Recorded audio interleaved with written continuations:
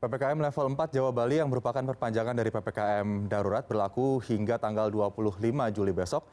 12 kabupaten kota di Jawa Timur masuk PPKM level 4, sementara 26 kabupaten kota masuk di level 3. Bagaimana evaluasi Provinsi Jawa Timur selama PPKM level 4 berlaku dan sudah siapkah pemerintah provinsi melakukan relaksasi? Untuk membahasnya sudah bergabung bersama kami melalui sambungan Zoom. Langsung saya sapa Wakil Gubernur Jawa Timur Bapak Emil Dardak. Selamat sore Pak Wagub, apa kabar? Selamat sore.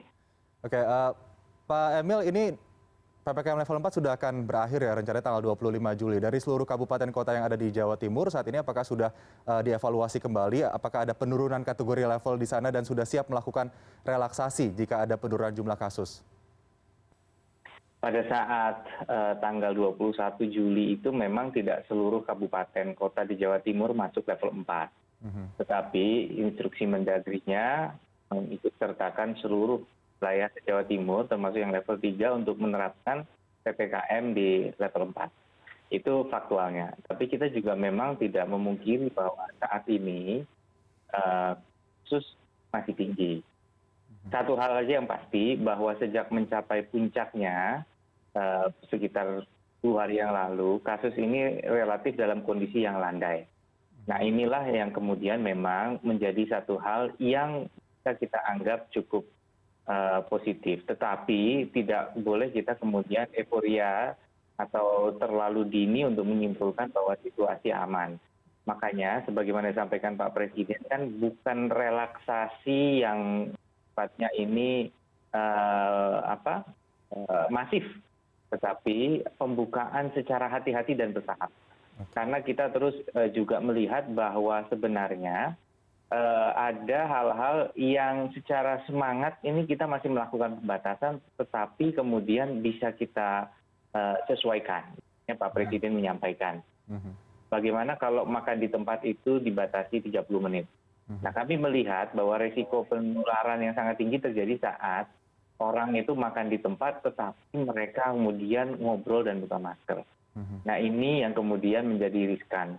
Jadi kalau misalnya arahan Bapak Presiden tersebut diterapkan, kita melihat itu masih suatu bentuk kehati-hatian yang juga menjadi jalan tengah untuk memberi masyarakat peluang untuk bisa melanjutkan perekonomiannya. Baik, seluruh kabupaten kota di Jawa Timur tidak keseluruhannya semua ada di kategori PPKM level 4, tapi juga ada yang berada di level 3. Namun jika melihat indikator yang tadi Bapak sempat... Bukan tidak seluruhnya PPKM level 4. Seluruhnya diberikan PPKM level 4, walaupun kategorisasi levelnya ada yang tidak level 4 tapi level 3. Itu instruksi Mendagrinya. Baik, nah nanti jika sudah ada indikator kasus yang melandai pada saat PPKM level 4 ini di Jawa Timur, bagaimana implementasi dari pelonggaran secara bertahap yang diinstruksikan tersebut, Pak Emil?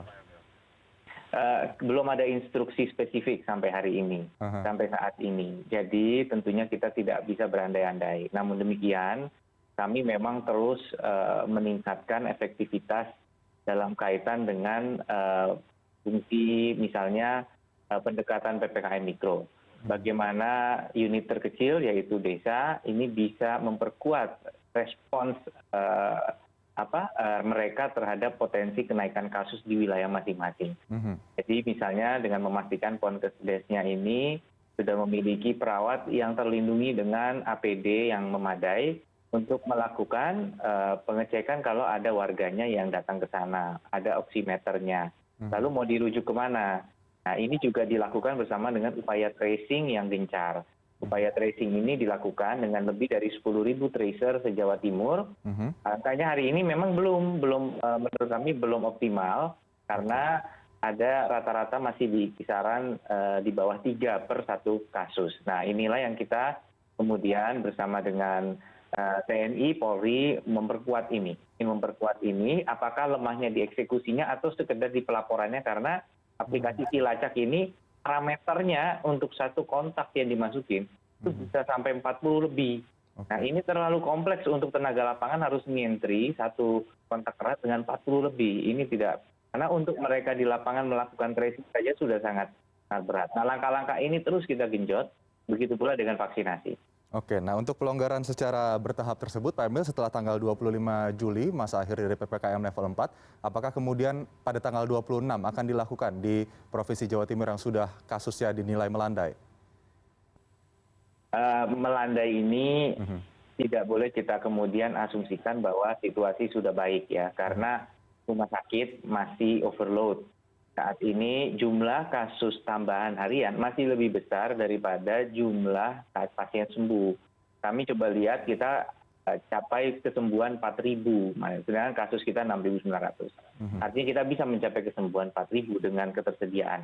Apabila kapasitas rawat kita tingkatkan, ya mungkin saja kesembuhan bisa meningkat. Tetapi kita harus tahu juga tenaga kesehatan kita punya batasan kemampuan.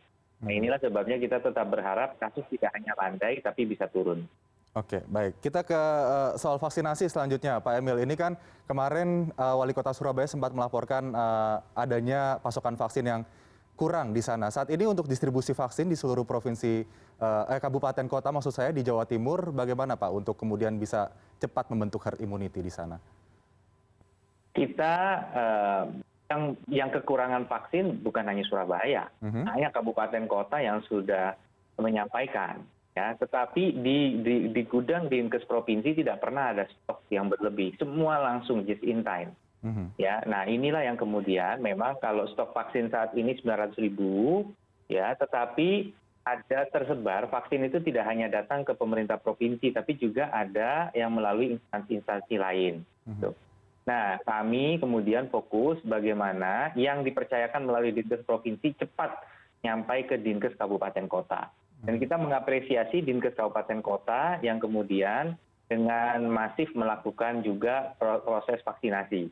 Jadi memang saat ini info ini sudah nyampai ke Kementerian Kesehatan dan dalam rapat koordinasi kemarin juga Pak Menkes menyampaikan bahwa ini ada proses untuk terus melakukan pengiriman. Memang sempat ada arahan jangan menahan-nahan dosis kedua. Jadi memang ada kabupaten kota yang khawatir kalau dosis kedua itu stoknya kosong, maka mereka keep ya. Tapi diarahkan oleh pemerintah pusat, tetap langsung saja vaksin kita jamin pasti datang. Nah inilah yang kemudian dari stok vaksin yang datang kemarin, itu sudah dihitung berapa yang untuk dosis 2 dan memang ini ada kendala stok vaksin. Pak Presiden pun juga menyampaikan masih ada kendala stok vaksin. Oke, ada info Pak Emil terkait dengan pasokan vaksin yang akan tiba di Provinsi Jawa Timur dalam waktu dekat ini? Ini dinamis karena sebenarnya kan box vaksin ini sudah nyampai di Indonesia sebagian ya. Jadi tentunya selalu ada pengiriman. Oke. Artinya target sebelumnya yang disampaikan oleh Gubernur Jatim adalah vaksinasi 70% membentuk herd immunity akan bisa selesai di bulan Agustus, tepatnya 17 Agustus ya kalau saya tidak salah. Bagaimana saat ini strategi yang akan dilakukan untuk kemudian mengejar target tersebut, Pak? Ya, realisasinya selama 10 hari terakhir kita lihat gitu ya, bahwa ada realisasi pasukan vaksin yang terbatas. Pada saat itu diasumsikan dengan 300.000 vaksinasi per hari. Ya. Nah, realisasi kita ada di angka 100 ribuan, 130.000 ya, 20.000. Yang ini faktornya memang karena adanya juga vaksin yang tentunya limited. Oleh karena itu tentunya mengejar ini akan bergantung kepada pasokan vaksin. Baik, baik. Semoga ini bisa cepat dikejar ya herd immunity dengan memvaksinasi 70% warga di Provinsi Jawa Timur. Sehingga nantinya tetap meskipun sudah kasus menurun, tidak ada warga yang abai dengan protokol kesehatan, posko COVID-19 di desa kelurahan pun juga terus rutin mengirimkan data sehingga tidak ada kerancuan data kemudian tentang bagaimana kasus COVID-19 di sana. Terima kasih untuk sementara Pak Emil Dardak, Wakil Gubernur Jawa Timur sudah bergabung bersama kami di CNN Indonesia Newsroom sore hari ini. Selamat sore Pak Emil, sehat selalu. Selamat sore.